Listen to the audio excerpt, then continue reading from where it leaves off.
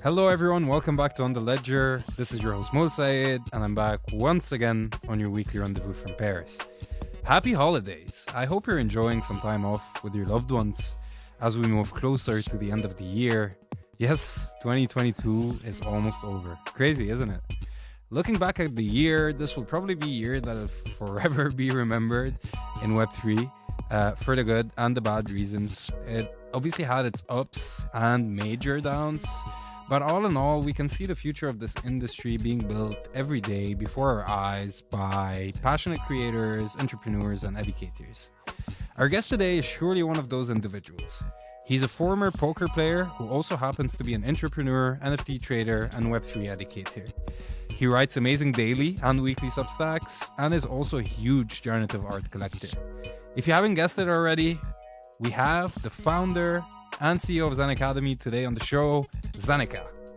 Hey man, how are you? How's it going? Hello.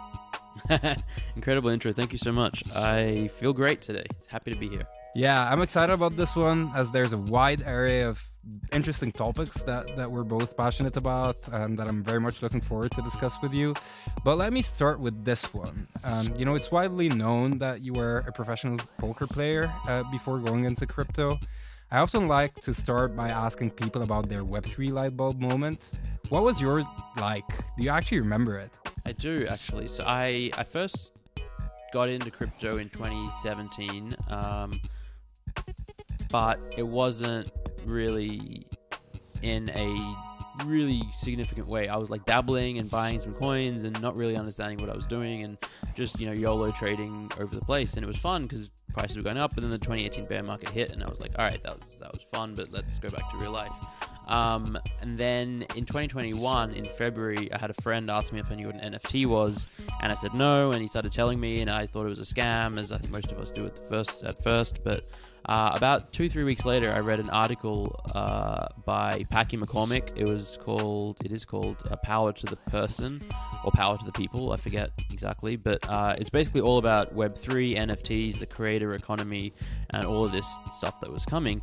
And basically just that was like a bit of a light bulb moment where I was like, oh, it kind of clicked and it made sense. And I was like, oh, okay, I kind of get it now. I see why this is going to be useful and impactful and make a big difference and why it's a big deal. So that was, February, March last year. I had that light bulb moment about Web3. Great timing. Talking about NFTs, you've obviously done pretty well trading NFTs, and I can see why there's a lot of parallels with poker. But then you started focusing heavily on education, which is something that I really like about you. You've been focusing on how to empower communities to safely navigate that space. Why is that? Why didn't you just focus on, just trading NFTs? Why did you, kind of go into education right away? Yeah, so it was sort of happening in parallel. Like June last year, I started my newsletter and I was still very much trading a lot. But after a few more months, I realized trading is very stressful. It leads to burnout. It's, there's a lot of anxiety and there's a lot of FOMO and it's very tumultuous. And I'd just been a professional poker player for like 16, 17 years. And so I didn't really want more of that. But I think even more importantly, it's not really fulfilling or rewarding. It's very competitive and PvP and zero-sum game. Whereas when it comes to like creating content, it was something that was actually helping people and having an impact in other people's lives. And I think that was something that I was like, I really felt like I was contributing to the space or contributing to society in a way that I never really felt before. And so I just really wanted to lean more heavily into that. And that's why, Zen Academy was really formed out of that place. That's fascinating. I actually got to know you through your, I think it was art blocks letters that you wrote. I think it was around that time, if I'm not mistaken. And how thorough you went into the analytical aspect of generative art, combining that with everything that would make it a little bit more accessible towards newbies was just fascinating. And it's crazy to imagine that was over a year and a half ago, maybe a little bit more than that. Yeah. And a year in crypto often feels like a decade, right? So many things happened in 2022. What do you think people will remember about 2022? Wow, 2022. I think it's just going to be remembered as like the big bear market, and the year of like black swan events. Like Luna, Three Arrows Capital, FTX. It's just been one disaster after another after another. I'm certain I missed a few in there as well, and it's just going to be remembered as like a catastrophic year for crypto. But I think, and a catastrophe like macro is also terrible. Like inflation's high, tech stocks are tanking tremendously. It's all kind of bad. I think crypto's holding up relatively well, all things considered. So it's showing a resilience that it probably wouldn't have shown 5 years ago. So that's it's exciting to see. It's optimistic to see, and yeah, I think we'll just look back on it as a really big bearish year, and hopefully a lot of learnings to come out of it. That's very interesting because, on the flip side, you see, corporations like Reddit coming into the space. You see Starbucks, you see Nike, all of these like different Polygon partnerships that they've announced in the past. And you could, if you could look at it from another perspective, and it could also be seen as the year where a lot of like different mass adoption style of brands came into the space. Which is funny, right? Because the market's been it's been terrible. And on the flip side, you kind of start getting these more, I would say, thought through type of initiatives where during a bear market, I actually think that corporations have the time to think it through and develop strategies to come into the space rather than in a bull market, everyone's just reacting. That's definitely something that's interesting, and that's very intriguing to me. But we obviously still have a lot of things to do. What do you think it takes for the space to cross the chasm? Yeah, I think we're starting to see it. Like Reddit was a great example where they didn't use the word NFT. They let people buy with a credit card. It was very, like easy for a newcomer to interact with the technology and buy a digital asset. And I think we just need more infrastructure improvements that sort of abstract away the technology, because currently it's really just overwhelming and daunting to sort of set up a wallet, fund it, sign a transaction, use MetaMask, and especially DeFi and liquidity pools. It's all kind of complex. And I think what we need is infrastructure improvements to abstract the technology away and make it easy and safe and understandable for like just an average consumer or average user to be able to use it in a way that's really easy and straightforward and simple. And that's just going to take time. We just need a few more years, I think, of building and developing protocols and best practices and industry standards and all sorts of things like that. In parallel to that, I think just continued education about why Web3, why blockchain technology is important, and why it's going to have it's going to impact lives in like a positive way with like real world use cases. I think for the most part, people say, well, what actual utilities are for NFTs, or like why are you doing this as a Web3 project? Wouldn't it be better as a Web2 project? And for a lot of things, yes, it would be better as a Web2 project. But there are areas where the technology, just like being able to use a smart contract and do something without trusting a third party, it allows for lower fees and faster transaction speeds and all sorts of incredible things. And so I just think just continuing to educate people on like the real importance of like what's possible with all of this, why it's important, and as time goes on, adoption will catch on and infrastructure will improve, and more and more people will be interacting with blockchains, whether or not they know it. Yeah, absolutely, I agree. And I think the silver lining with everything that's been happening this year is really the fact that people understand that self-custodying your asset is definitely something that you should be looking at from the get-go. And we've been trying to do that for a couple of years to educate people about the importance of self-custody, because that's at the end of the day the ethos of the space, right? If we want the space to be decentralized, you need to self-custody your asset. But I can tell you that we had a very hard time convincing people to do so at the beginning, at least. Obviously, developing a lot of content and all of that, and making sure that we're out there, for the communities that need education. But then it just takes one Celsius or one FTX, and then there's everyone waking up to it. And I think that it's going to be like a constant development of infrastructure getting better, and then just the context making it seem like it is actually something that is obviously is an essential thing for the development of the space.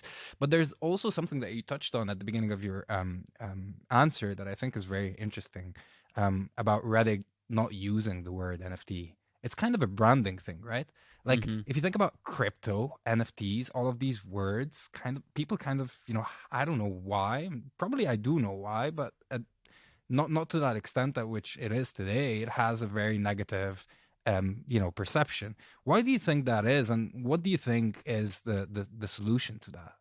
Yeah, I think a lot of people have like prejudice, preconceived notions about crypto being a scam, used for money laundering, used just only to buy drugs, and all sorts of illegal activities. And then they see, people losing money and Ponzi schemes and all of it. And it's understandable that people have a bad reaction towards the space because there has been so much negative press around it and so much bad stuff has happened. But I think, so yeah, it's definitely a branding problem. And I think that as time goes on, either the industry will start using different terms and sort of people will fall in love with the technology without realizing it's the exact same thing as crypto, blockchain, NFT technology, or people will just start coming around to realizing it's actually not that bad. It's kind of like email in the 90s where people were getting scammed left, right, and center with email scams, but doesn't mean the technology is bad. It just means that we need better infrastructure like spam filters, and we just need better education so that people know not to give the credit card info to someone emailing you telling you won $10 million or whatever it is. And I think that there's a lot of lessons, parallels really to the early days of the internet and so many other parts throughout history. So I think that honestly, just the biggest thing we need is time more than anything else. Yeah, I think so too. And coming back to this overlap between culture, NFTs, and education. Um, Obviously, NFTs and culture are a huge catalyst for blockchain Web3 adoption in a more general sense. And if you think about it, you can be an NFT collector without self-custodying your assets. Yeah. So in some way, it's the least technically savvy people that had to deal with it. Mm-hmm. Obviously, if you're a hedge fund manager, if you're working in DeFi, you always had other options. You could, basically use an exchange or whatever other solution that includes multi-sig, etc. But to your point, you've quickly understood that education is essential in the Web3 space, especially in the NFT, I would say, category. And you've launched Zen Academy. Could you give us an overview of what's that all about, and why did you launch it in the first place? Yeah, so I launched it in November last year, 2021, and it was really my desire to move away from flipping and trading and to just build a community, to build a platform, to build a thing with the focus being on content and education. Like I knew I wanted to be like full-time Web3 and dedicating all my time to this, and but at the same token, I knew that if I was doing that and like not trading as much, and I had no other source of income or anything like that, I have bills to pay, family to help support, and I wanted to try and figure out how to sort of monetize content or like create a business out of it all. And the Web2 model of monetizing, whether it's a newsletter or podcast, is for a newsletter you maybe have a paid newsletter, or you have a Patreon, or you have there's sponsors and affiliates and all sorts of things. That there's nothing wrong with those, but I just figured this is Web3 and I'm really into NFTs. Let me just experiment with selling an NFT that gives access to Zen Academy. I don't know what it is yet, but I'm gonna just continue to build up something and bring the community along for the ride. And so it really just started out as an experiment, and has grown into now a year and a bit on. It was just me then. Now there's a team of 20 of us. We have expanded our content and education material across like a variety of mediums, where it used to be just it was like my newsletter. I had a podcast that I co-hosted that was more entertainment than information, and some Twitter threads. And now we have a daily newsletter, we have a weekly newsletter, we have 3 video courses on like how to launch an NFT project, how to build a community, mental health. We have an email course on just 30 days of NFTs, so it's like getting up to scratch about the NFT space from starting from zero, and we're building out that course. We're going to do 30 days of crypto next, where we just the idea is that it's this course done via email to sort of help onboard people in a safe way into the space. It's not overwhelming. So yeah, it's just been kind of a wild ride where we didn't really have a vision or a plan for where we were going. It's just sort of been adapting to the space and coming up with new ideas and trying new things and see what works and see what doesn't, and continuing to just build a community and hopefully attract people that like what we're doing, like the content, want to sort of hang out and connect and network with other community members. And we're starting to see some really wonderful initiatives come out from the community itself. And yeah, I mean, like, I'm really excited to see where we go next year. It's just like a lot more of the same, just continuing to build up different types of content pipelines with the focus being on education and onboarding actually at this point in time. Yeah, that's amazing. And maybe I'd like to go a little bit more into the details of how people can actually access Zen Academy, because obviously your Substack is free. I get your daily and weekly newsletters in my inbox, but then you have your NFTs. So what does the NFT give you as a collector in terms of like additional perks? Yeah, I mean, honestly, most of our content is free. Like I really didn't like the idea of gating educational content. So the only content, or the only stuff that's not free is if you have the NFT, you can get full access to the Discord, and so that's just like for a private community of collectors or community members who just want to maybe they're a little more serious about being part of the community, education, learning, networking, and have taken that step.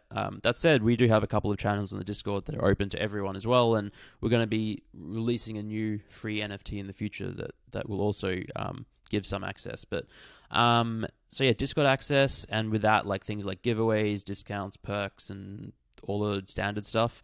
And then the 3 video courses I did with Zen Academy, they're like 10 to 15 hour structured courses.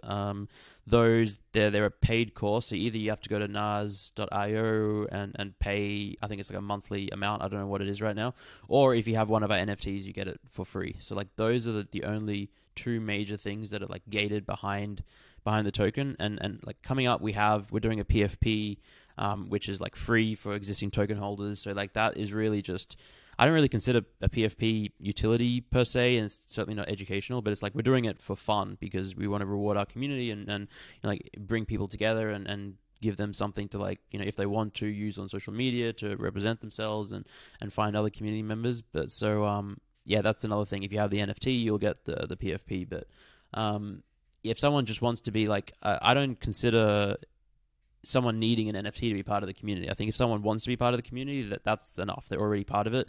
They can just read one of the newsletters, or just listen to one of the podcasts, or follow us on YouTube, or chat in the free channels in Discord, or whatever it is. And that's like, you're still part of the Zen Academy community.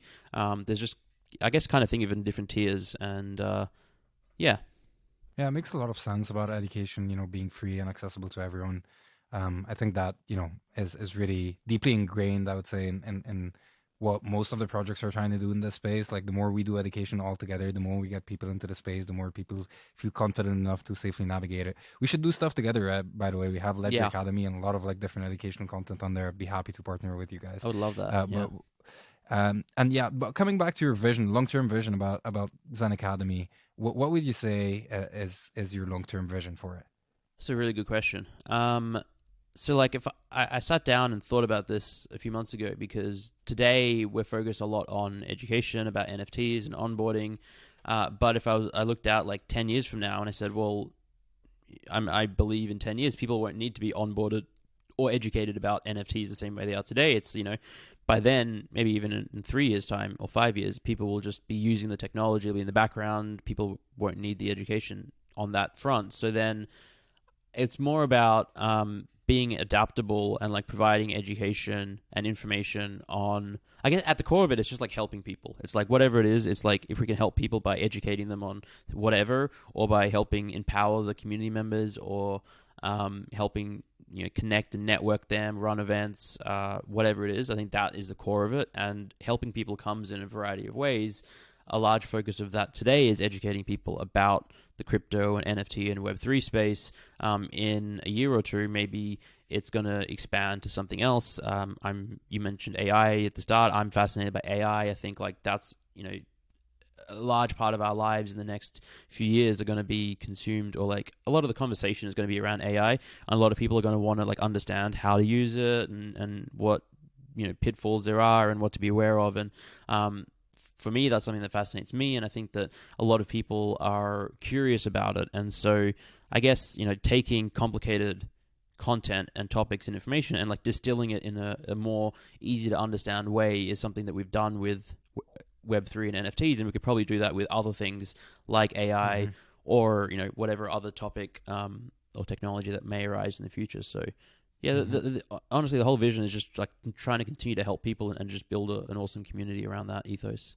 Yeah, we'll get to AI in a bit, but it's crazy how, the potential for AI to revolutionize education, right? And to enable a more democratized access to education, more personalized. I don't know if you dabble with GPT-3, but GPT-3 is basically my sparring partner. I basically spend so much time with GPT-3, and it feels like if in the future, children in developing countries could have an AI that could help them learn in their language, using their methods, using what's optimal for their own way of learning and their own culture. I think the world is just going to be radically different, right? Yeah. And it's fascinating. But you mentioned community building, and I want to talk about that for a minute. I think people underestimate how hard it is to build a community in this space, and I can totally it's actually fascinating, but at the same time it's very challenging. The bottom up model is revolutionary, but then you have to manage a community and its expectations and all of that, which is hard to do in general, but it's even harder to do during a market downturn. What do you think is your recipe for building a project hand in hand with an engaged community? Yeah, I think there's a few things. Expectations are impossible in this space. Like literally, if you're talking about a community of 500, 1,000, 5,000, 10,000, that's different individuals who are all going to have different expectations. Some are going to want to be there to make money and flip. Some are there to be part of it for 5 years, 10 years. Some are there for the art. Some are there for the community and the network and all sorts of different reasons. And it's impossible to like manage those expectations and please everyone. But I think one thing you can do to sort of temper that and make it as easy as possible is like just set expectations very, very low, under promise, over deliver. And that's something that we've done since day one, where, there was no plans or promise or roadmap. It was like you get access to a Discord server and that's kind of it. And we'll just see where that takes us. And, from there, we've had the freedom to like pivot and adjust and try and do new things because no one expected anything different or anything more. So I think, setting expectations realistically and low is a really good way to give you like a bit more freedom and bandwidth to build a community without necessarily upsetting people or inviting FUD. The other thing is just like it takes a ton of time and like a lot of engaging people on like an individual one-to-one basis, whether it's you as a founder of a project or like other members of the team or community members that maybe you empower or even deputize and ask them, that maybe you give them some perks or roles or merch or free things to like be community ambassadors or whatever it is like that. It's just like it takes a lot of hand holding and the personal touch. Like it's kind of like, if you take Web3 out of it and look at community building and all that in the real world in Web2, there's so much like experience that we can learn on and grow from. Like things like you go to your favorite restaurant and they greet you and they welcome you and they know you by your name and it's like a really good feeling because it feels like you're part of that family, that community. You go to whatever it is, your local pub or you go to watch a sports event at the same place with the same people all the time, and it's like you get to know them and it's a community, and it's like it's that kind of stuff that we're trying to replicate online. And it's difficult because you have a lot less to work with. Usually it's just text based. Occasionally you do stuff in audio or video, but it requires a lot of time, a lot of intention and a personal touch to really make those deep and meaningful connections. But once you do, it is a really powerful thing where one by one you build connections to people and they feel connected to a community or to certain people in a community, and then that network effect starts to slowly grow over time. And for us it's taken a year plus and almost 18 months really if you start from back when I first started content. And we still have a long way to go. I think like we still really want to keep growing and pushing and becoming a larger community, but it's really just for us it's always been quality over quantity. So we've just focused on one person at a time. Yeah, I think there's a lot of like interesting things you said that I can resonate with. especially with like the flippers thing. I think like one of the things that we're doing at Ledger, we're launching actually a gamified education platform called Ledger Quest, and we decided that the NFTs should be non-transferable. Mm. And we took away completely the speculative financial component from it, and that way people get into the whole experience. They learn, and then they get their NFT, but they can't sell it, so they won't have any expectations about what the floor price is. Why aren't we doing Mm. enough to kind of build more hype around it, and then it just has utility.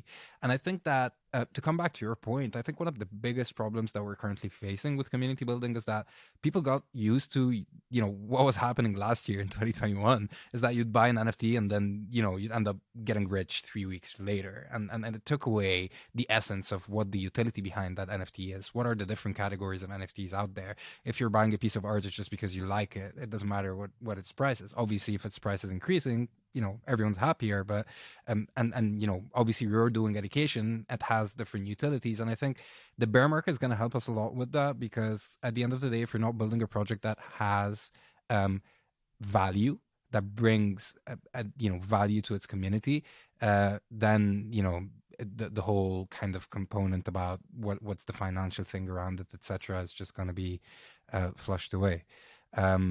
So yeah, I mean, I'd like to kind of switch gears and maybe talk about art. More specifically, generative art. You have a decent art blocks collection, and started pretty early on, right? What made you take it first? What did you like about art blocks and generative art in a more general sense? Yeah. I think I liked just the unique use case of the blockchain in like the creation of the art, where for most other art NFTs, it would be an artist would create something and then mint it to the blockchain and then sell it. But with generative art, the actual art piece is only created at the time of mint and at the time of purchase. So the way it works is like someone goes, like if I go to the website to art blocks to mint something, the mint transaction, it's sort of like there's an algorithm that's been uploaded to the blockchain, and then my transaction, there's a hash, a string of letters and numbers that goes into the algorithm that impacts the rarity and the output of the art piece. And so that I, as a purchaser, collector, consumer, am like part of the process of creating the art. It's like it's a 3-step process. It's me, or the person minting, it's the artist. It's actually maybe a 4-step. It's the artist, it's the algorithm that they uploaded, the code, and it's the blockchain. And it's all 4 pieces put Mm-hmm. together to create a piece of art. And I think that that's like, to me, it's like people talk about like digitally native art and things that use blockchain technology in novel ways. And I think that there's no better example of that than generative art. So like that just really appealed to me and attracted me super early on, and just have just been fascinated by it ever since. It's, to me, it's just Mm-hmm. like we're at the dawn of a new art revolution, where generative art and probably AI art as well are the 2 big things that are going to come out of this decade. Yeah, I absolutely agree. And I think most people actually think that generative art was born with blockchain technology. Actually, didn't really. Like, if you look at like the 50s and the 60s, people like Yeah, it's been Vera around for a long Molnar, time. Herbert Frank, all of like these pioneers. But to your point, I think NFTs and blockchain took generative art and art in a more general sense to post-internet era, because without scarcity you couldn't really sell art on the internet. But then the whole creative process with generative art is now happening on the blockchain, and that's what's fascinating about it. I think that magical moment of clicking mint and neither you nor the artist know what you're going to be getting is just something that is truly experiential, but in such a novel way that has an emotional attachment as a collector when you get that piece. Do you remember the first piece of generative art that you've minted? I don't remember specifically which one, but it was on art blocks. I believe it was hieroglyphs was the collection, either hieroglyphs Mm, or aerial view. I think it was hieroglyphs, and yeah, I minted a few of them because I had a friend, one of the ones that got me into NFTs, and it was in a group chat, and he just like posted the link to that and said, these are open for minting.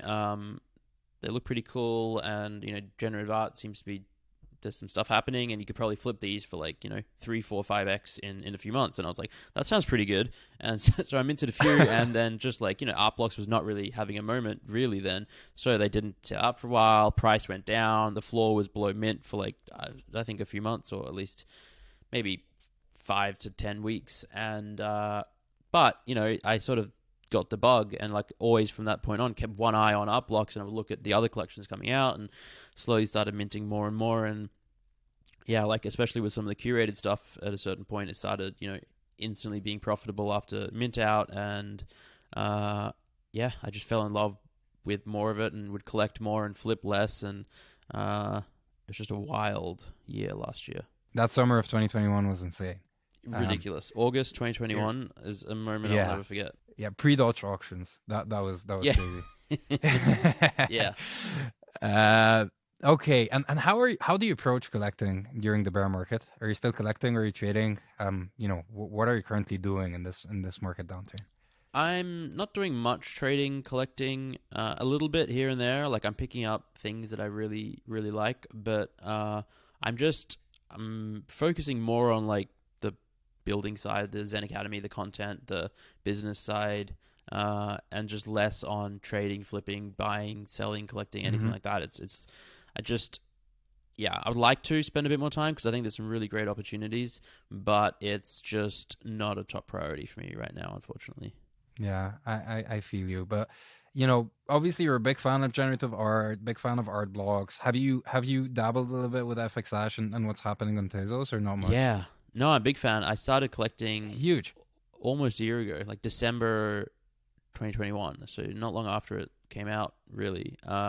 And yeah, I just like everyone else, I just never have Tez in my wallet. I'll have some, and I'll go and just buy some, and I'm like, oh, I just need more Tez, and then I just don't for like a month or so, and then eventually I fund it, and then like within 3 days it's all gone again. And yeah, absolutely love FXH. Again, it's tough to stay on top of because there's a ton of projects. So much happening on FXH. Yeah, don't have the time, so I haven't really collected much lately. But yeah, just I'm very happy with the collection that I have over there, and I'm a big fan of many of the artists that release there. Yeah, same. Like FXH feels to me like that, underground record store where you go into the record store and you find vinyls like, below the furniture, right and left and everything. Yeah. And I think it's a different experience than Art Blocks, right? Art Blocks is really, all organized, exactly what's going to be coming next, and you have the whole communication around each drop, etc. And I think there's room for both. I'm a big fan of both. Obviously the Art Blocks brand is huge. And I think, with the power law, there's a lot that's going to be, coming out of Art Blocks that will benefit the generative art ecosystem as a whole. What else are you looking at? Like, obviously, you're an ape holder. You've bought a lot of like different PFPs. Where do you see this going in the I would say in the next few months or in the next year? Obviously, art is probably where everyone is going today, but Yuga Labs still has a roadmap in front of it. There's obviously with the acquisition of the punks, it's becoming bigger and all of that. What do you think about that? I guess I'm just becoming increasingly more of an art maxi, generative art maxi. I've always been very heavily skewed towards generative art, but like I just, I'm finding it more and more difficult to sort of stay on top of and keep up to date with what's happening with all of the new PFP projects.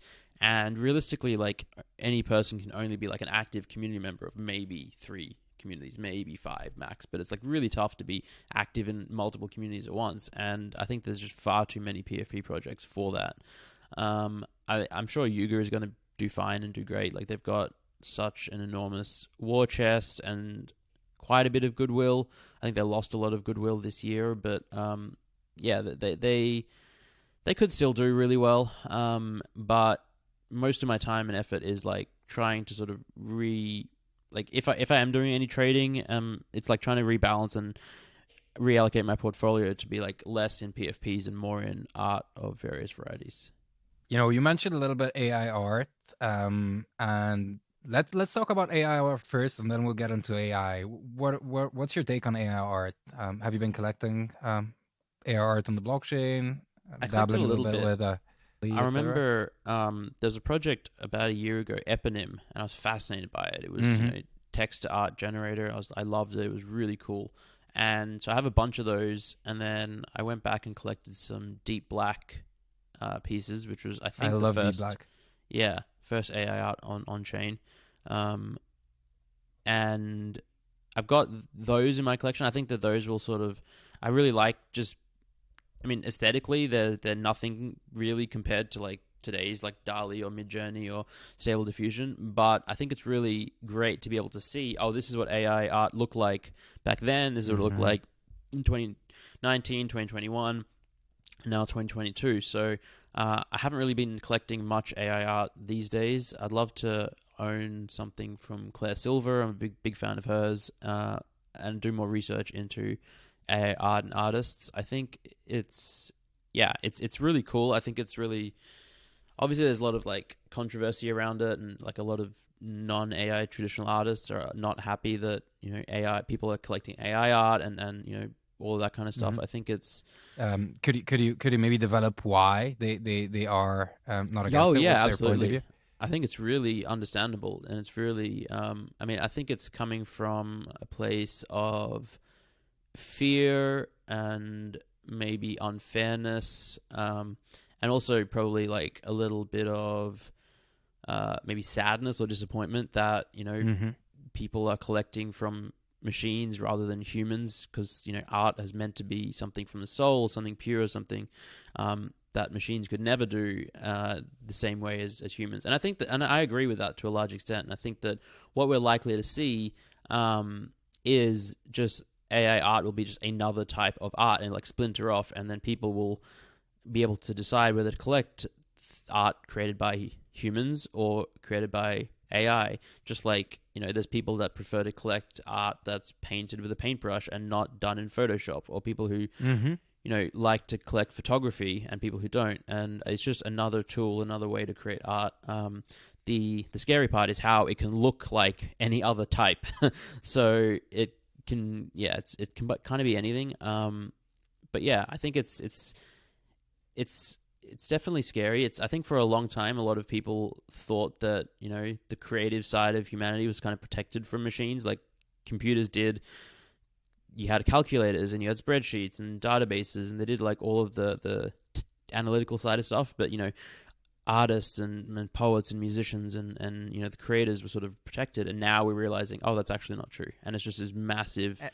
And it's actually the other way around. If you think about it, people thought that blue-collar jobs were going to be the first one that would be impacted by AI, and now it's the artists and the creators, which is fascinating. No one expected that, you know, not even myself. And but to get back to something that you were saying, I think that, you know, AI art is not just about the machine; it's about the combination of a human plus machine. And I think a lot of people don't get that already. Like prompt engineering and architecture is such like a niche type of skill that people aren't even aware of how that AI piece is being created. I think that another thing that I kind of have a little bit of trouble wrapping my head around is, how do you actually judge that an AI piece is of quality or not, right? Because with generative art, you actually have the generator and the code is on chain, and you can check how complex the generator is. You can compare it to other jobs. It's so much easier to actually say, okay, you know, I don't know, Fidenza's generator is just fascinating because you can go and see it on chain. How do you see that evolving? Is there a possibility for us to actually start having, you know, AI generators on chain or artificial intelligence on chain? Yeah, I haven't actually thought about that too much. I mean, probably at some point. I imagine it's very expensive to put all of that on chain, but I imagine someone will come up with some hybrid smart solution to that. Yeah, it's really, it's a very complicated, nuanced area that I think, you know, we're gonna need many months, probably several years, to really start to figure out like what AI art, like what is the definition of AI art. And I think that's something that's going to be constantly evolving, just like, you know, the definition of what's on chain is still kind of up in the air and evolving. You know, is AI art where AI, you know, you input a prompt and then the output is done by AI and that's it? Or is it, what if you input a prompt to create like a base layer and then an artist comes in and does like 80% of the work on top of that? Is that AI art? What if AI creates AI art. So like you don't even come up with a prompt. You just, it just is basically doing stuff on its own, that starts to get scary. But it's where are those lines and where are those definitions? I think we haven't figured that out yet. Yeah, I think there's a lot that we haven't figured out yet. What are you most excited about in 2023, specifically when it comes to AI? Because there's a ton of different AI tools that are currently available to the masses. GPT-4 is coming soon. DALL-E's getting better. Stable Diffusion's getting better. Midjourney's getting better. You have It's so deepfakes. crazy. You have so many different tools, and I think I don't know. What do you think about that? Like, I spend most of my time, not most of my time, but a lot of my time every day thinking about that. I'm terrified. I think I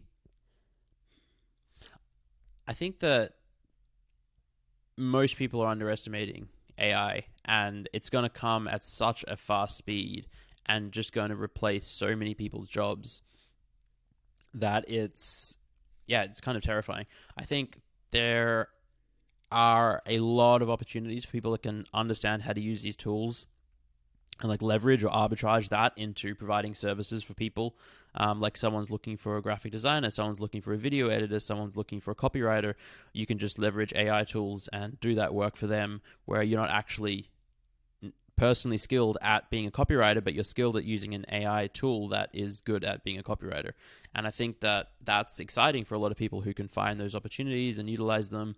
And in the grand scheme of things, AI is going to unlock a lot of freedom, or like just a lot of time for people, because if machines can do all of this stuff, well, then that means that, like, from an efficiency perspective, humans can focus on other things. It's just about like what are those other things going to be, and how do people just adapt and go from one to the other. And I think that it's exciting, but I think I think that probably 2023 is going to be just a lot of novelty, where it's like at the moment it's still a lot of novelty and a lot of people are using these tools. And I think it's going to be the year where like most of the world wakes up and realizes how powerful AI is. Mm-hmm. And then like it'll be the beginning of like a lot of jobs starting to be replaced by AI and new jobs being created. And then 2024 is going to just be kind of, it's hard to tell. It's accelerating at such a fast speed. It could be like halfway through 2023 that it's just like all of this happens. But it's exponential growth, right? If you think about it from a Moore's law standpoint, if like the capacity doubles every year and the cost gets divided by 2, I don't know if you've read this book. It's called Scary Smart. It's by Mo Gaudat, who's this guy who is at the head of Google Ventures. You should read it. It's pretty fascinating. And he's kind of explaining that I think by the end of the 2020s, the AGI's average intelligence. So AGI, for the people that are listening to us, is artificial general intelligence. It's an AI that can do multiple different things. But anyway, he's talking about the average intelligence of AGI being equal to the human. And then by 2049, the average intelligence of an AGI would be like comparing Einstein's intelligence to a human, to a fly. So, so you're actually, the difference and how it's actually multiplying every single year. And then thinking about how the world would look like in 2049, it means that the artificial intelligence will be as intelligent as Einstein when compared to a fly, when you compare that intelligence to a human, which is crazy. But I think that at the end of the day, it might sound scary at first, but there's also a lot of things that we haven't really been able to solve when it comes to the meaning of life, the cosmos, solving, diseases, being able to instill, harmonical world governance without necessarily, having all of these economical and political conflicts. And it opens up a lot of like different questions, at least, that we might find the answer for. Yeah, it's very exciting. Like, we are just interplanetary travel. Like, AIs can just go off and fly to new planets, and they don't have the same limitations of carbon life forms. And it's like we're like in a sci-fi future reality much sooner than we think, which is really cool. But yeah, it's scary but cool. And I think just being prepared for it is probably the best thing. Not that anyone can actually really prepare for it, but just mentally trying to recognize that there is a lot of the next few decades are going to be unlike anyone can really predict. Yeah, buckle up, fasten your seatbelts. Yeah. It's going to be fun. All right, it's time to move on to the last segment of the show. As I told you, it's a bit more playful. So we'll have a round of rapid fire questions. Some will be harder than others, but Mm-hmm. the idea is that you shouldn't think for too long. How does that Okay. sound? Sounds good. All right, let's start with your favorite poker hand. 10-7 suited. All right, why? I don't know. I just like I won a few pots with it when I was, really early starting out, and it just stuck as like that favorite hand that I really liked a lot. All right, your favorite drop of all time. There was an FX hash drop called Travelers that I really liked, and also Daisies on Art Blocks. I'll go with those two. Apes or punks? Punks. Wow. Okay. Your favorite Web3 figure. Snowfro. Favorite art blogs drop. I mean, I would say a Zeneca is another one that I really, really, really love. Oh, Meridian. Probably Meridian is actually the one that takes the cake. Yeah. Asemika is actually a great one as well. I think it's under the radar. Yeah. Drop that I really, really like. Generative art or AI art? Generative art. The most underhyped project in the space. Who? Underhyped. Martian Premier League. I don't know. That's why it's probably underhyped. Like, can you tell me a little bit more about it? Yeah, it's just a really star-studded team that like the founders worked at on Harry Potter, on these massive IP franchises, and they've built this wonderful IP with great art, and they're building like a Web3 game based on like fantasy football and a really immersive story, and yeah, it's really just a really cool project that most people don't seem to know about. What about your favorite Web3 event? So I haven't been, I want to say VCon, even though I haven't been there, but just like looking at it from last year and watching everyone that like who I knew went there talk about it, I was like, this sounds like, yeah, it was going to be amazing. So it was the first time where it was a Web3 event where the people that are around you are, and majority of the people that were around you aren't actual builders and creators of the space, but people who are actually fans of these different IPs that were present. So it felt like Comic-Con, but for NFTs. And it really felt good. Yeah. Because you really felt the culture, right? And that's awesome. Yeah, VCon is amazing. What about your biggest NFT regret? Probably not minting proof passes. Yeah. I mean, I was a big fan of Kevin Rose and the podcast, Modern Finance, and then Proof. And then it just like they launched sort of like a month to 6 weeks after I launched Zen Academy. So I was like very distracted and not focused on minting anything and just totally missed that whole opportunity. But yeah, life goes on. Did you end up buying in? I did buy in at a much, much higher price, but I'm happy to be part of the community now. An emerging artist that you'd bet a Bitcoin on? Tiffatron. I don't know if she counts as emerging. She's been around for like 8-9 months now, but yeah. What does she do? She does one of one art. Really like vivid pastel-y colors, like portraits that are a bit somewhat abstract. It's really, really cool art. Okay. Like how do you spell that again for our listeners? Tiffatron. And our last question, your number one tip to someone who's just getting started in this space? Be patient. It's what I always tell people. It's like, there's this desire to FOMO, to rush in, to feel like, you're already really late. You need to get in now. Otherwise, what if the prices go up 10x tomorrow? And I think that just generally there's this real urgency in the space, and the more you spend in it, like you hop into a Discord and people start talking about a project and people get excited by it, and you're like, oh, I need to get into that, otherwise what if I miss out? And I think that just taking a deep breath and being patient in everything in this space is really important. Yeah, man, it was a pleasure chatting with you. Pleasure. I think we should have a second episode where we'll talk about AI and maybe in beginning of 2023 we can focus on that. And yeah, cool. Man, as I said, great having you, and hope we chat again sometime soon. Yeah, thank you so much. This has been a real pleasure. That's it. A fascinating conversation with Zeneca. If you've enjoyed it, please hit that subscribe button and help us help you get more of that. On the Ledger is striving to bring you the best of Web3. Happy holidays. Enjoy your time with your family. Take care. See you next time. Au revoir. This content is provided for informational purposes only and is the sole expression of our opinion and should not be relied upon as legal, business, investment, or tax advice. Do your own research. Any loss or profit is your sole responsibility. stay safe.